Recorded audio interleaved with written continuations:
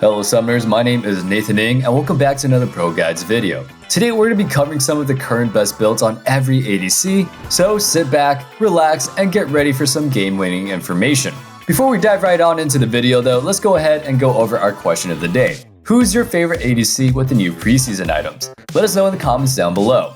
This preseason, a lot of people felt unprepared and overwhelmed with all the changes. Well, with Wild Rift being in beta, be sure to follow our new Wild Rift channel so you're always prepared and always have the advantage on your opponent. Link is down in the description below. Nonetheless, let's go ahead and dive right on into the video. Starting us off with the Ionian sniper himself, Jhin. Jhin takes the same standard runes that he took last season by running Fleet Footwork, Presence of Mind, Bloodline, Cut Down, Nimbus Cloak, and Gathering Storm. These runes have proven to be the most beneficial to Jhin overall due to this high damage, scaling, and movement speed. Next up for his build, we've got either Eclipse or Gale Force as your first item, depending on if you need mobility or damage. Then you go into your standard Swiftness boots into Collector, Rapid Fire Cannon, Infinity Edge, and finally Mortal Reminder. Keep in mind to buy Executioner's Calling early on into the game as there is currently a lot of healing going on. This build has proven to be extremely successful for Jhin as it provides him with early spikes as well as a good transition to the later parts of the game.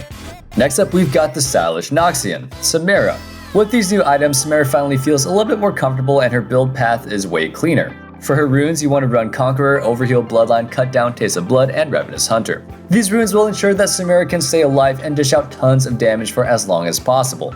Her build also complements his playstyle by having her go Shield Bow into Berserker Greaves or Defensive Boots if necessary, and into Collector, Infinity Edge, Bloodthirster, and Mortal Reminder. Again, just like with Jhin, you want to build Executioner's Calling early on in the game and finish it later. This will be pretty standard on all ADCs. Also, something that you need to know with all these builds is that with this season, a lot of these items are meant to be flexible. This is more of a framework and you guys should be taking these builds with a grain of salt. Coming in with our next champion from Freljord, we have Ashe. Her runes are fairly the same as she still goes Lethal Tempo, Presence of Mind, Bloodline, Cut Down, Approach Velocity, and Biscuit Delivery. These runes allow Ashe to dish out a ton of damage while also being able to harass her enemies and then kite them extremely hard. Her build consists of Shield Bow if you need the survivability, or Kraken if you need the tank shred. Then she grabs some Berserker Greaves, Oil Rune's Hurricane, Infinity Edge, Bloodthirster, and then Mortal Reminder, or Lord Dominic's Regard depending if you need the additional tank shred or not. Next up we have the Piltover Police Force coming in with KAITLYN. This season KAITLYN will be taking Lethal Tempo, Overheal, Bloodline, Cut Down, Absolute Focus, and Gathering Storm for her runes. These runes empower her to be a DPS healing machine that is constantly looking to deal out damage and stay a safe range from her opponents. With her new build consisting of Shield Bow, Berserker Greaves or Defensive Boots, Rapid Fire Cannon, Infinity Edge, Bloodthirster, and either Mortal Reminder or Lord Dominic's Regard depending if you need that tank shred. These items only further empower her playstyle that feels kind of like old Rune's KAITLYN. Straight from the seas of Bilgewater, we've got Captain Misfortune, who still runs the same runes as the last season consisting of Press the Attack, Overheal, Bloodline, Cut Down, Absolute Focus, and Gathering Storm. These runes still function with her playstyle as she's usually looking to take short trades and then keep her passive going on for as long as possible with Overheal. At the moment, it's best for her to build Shield Bow, Berserker Greaves, Essence Reaver, Infinity Edge, Bloodthirster, and then finish off with Mortal Reminder or Sorrel does if your versus tanks. This build alongside her runes make her a menace as she's constantly dishing out a ton of damage to even the tankiest of foes, as well as setting herself up to one-shot entire teams with her ultimate. Next up, we got DRAVEN. DRAVEN still excels by forcing his enemy to give up early by overpowering them with loads of damage and kill potential. His runes are Halo Blade, Taste of Blood, Eyeball Collection, Ravenous Hunter, Presence of Mind, and Bloodline. To further complement his high damage and snowbally nature, he builds Shield Bow, Berserker Greaves, Bloodthirster, Infinity Edge, Rapid Fire Cannon, and then finishes off with either Mortal Reminder or Lord Dominic's Regard, depending if you need that tank shred or not. Kind of a common theme here. Next up, we got the champion that's insane on the enemy team, but always bad on your team. It's Vayne. Her runes are still fairly standard as you go Press the Attack, Overheal, Bloodline, Cut Down, Nimbus Cloak, and Gathering Storm. As for her items, she either goes Kraken or Shield Bow depending on if you need the survivability. Then you want to go into Berserkers, Phantom Dancer, Infinity Edge, Bloodthirster, and then finish off with Mortal Reminder. Vayne's builds and runes heavily assist her playstyle of cutting away from the enemy or chasing them down, doing as much damage as possible with her W while staying at a safe range. Dashing in straight from the void, we have KAISA, who has the same rune page setup as last season as well as a slightly new playstyle similar to the old AD KAISA. Her runes are Halo Blades, Taste of Blood, Eyeball Collection, Ravenous Hunter, Presence of Mind, and Bloodline. To enable a lot of her kit and get her Q and E evolves, she builds Kraken Slayer, Berserker Greaves, Ruin's Hurricane, Infinity Edge, Bloodthirster, and finishes off with either Mortal Reminder or Lord Dominik's depending if you need the tank shred. Overall, she's a force to be reckoned with these new items.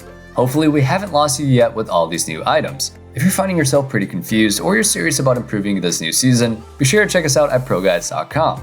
This way you can get 24/7 instant on-demand coaching to get your gameplay to the next level. You also get our ProGuides guarantee where if you don't climb 5 divisions in 6 months, they will give you an additional 6 months for free. Let's go ahead and jump right into the video.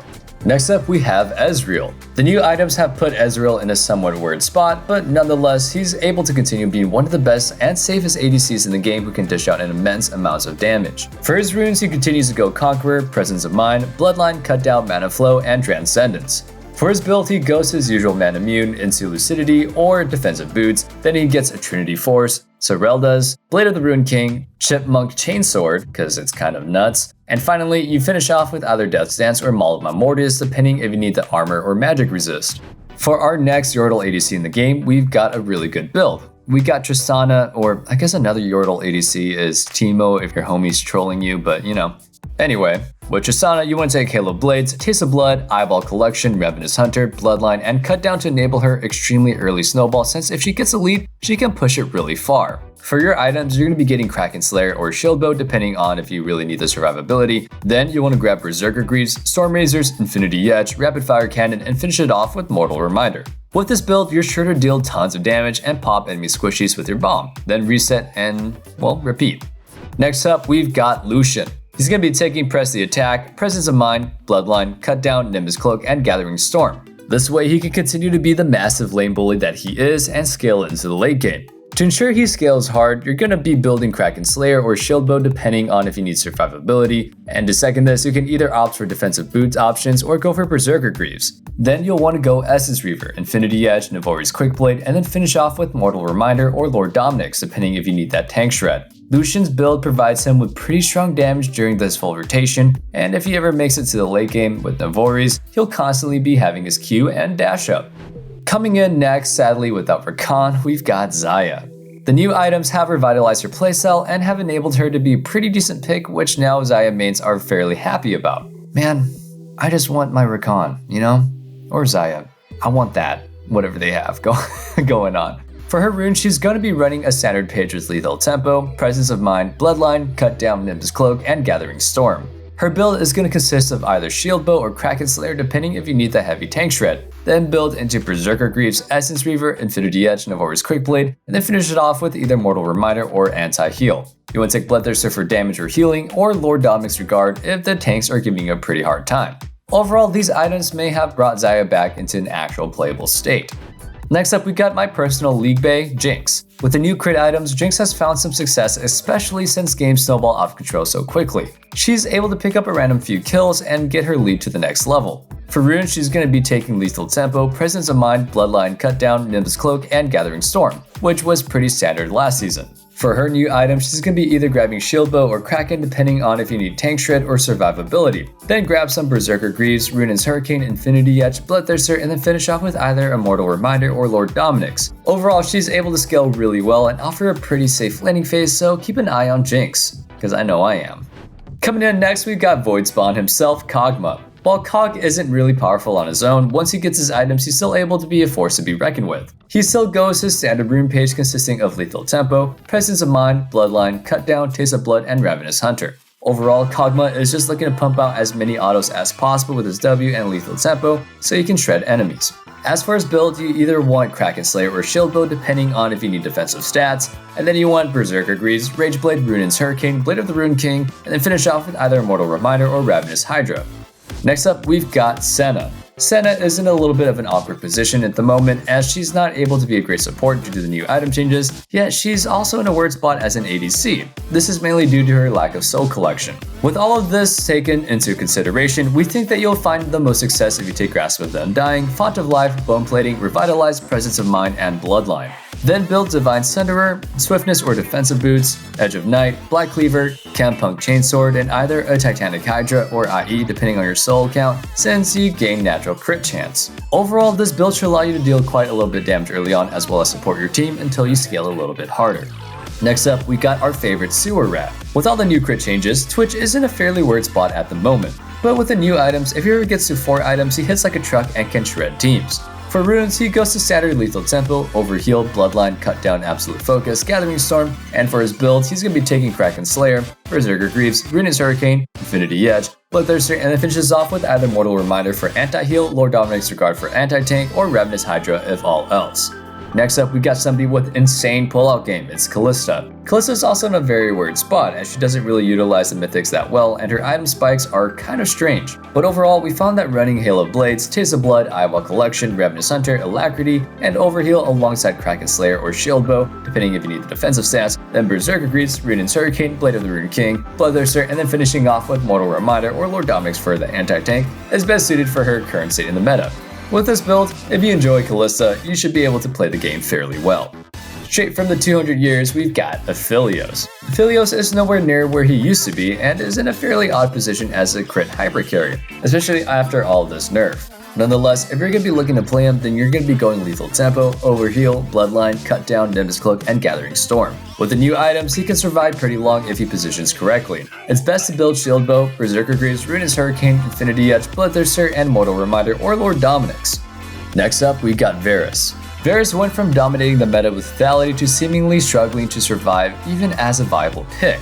At the moment, if you want to make him work, it's best to run lethal tempo, presence of mind, bloodline, cut down, mana flow, and gathering storm. Along with this, you want to build either Shield Bow or Kraken depending if you need defensive or tank shred, and then going into Berserker Greaves, Rage Blade, Blade of the Rune King, Bloodthirster, and finally finishing off with Mortal Reminder or Lord Dominic's. Overall, he's going to be back to being an on-hit carry for now until a new kind of build emerges, and if you guys have one cool build, make sure to let us know in the comments below.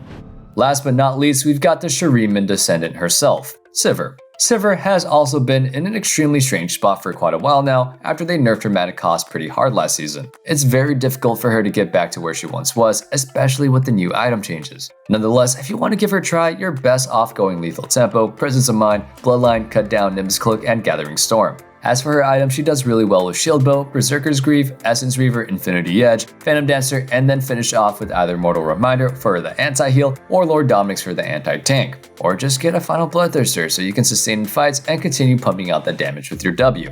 Whew, that pretty much sums up our video. Don't forget to join our ProGuides family at ProGuides.com or through our Discord with the link down below. We offer exclusive giveaways and courses that you won't catch anywhere else, so stay tuned. Nonetheless, thank you guys so much for watching, and don't forget to like, comment, and subscribe, or ring that notification bell if you want to see more content such as this. We'll see you guys in the next video. Thanks for sticking around. Don't forget to stay safe, stay healthy, and have a wonderful day. Peace.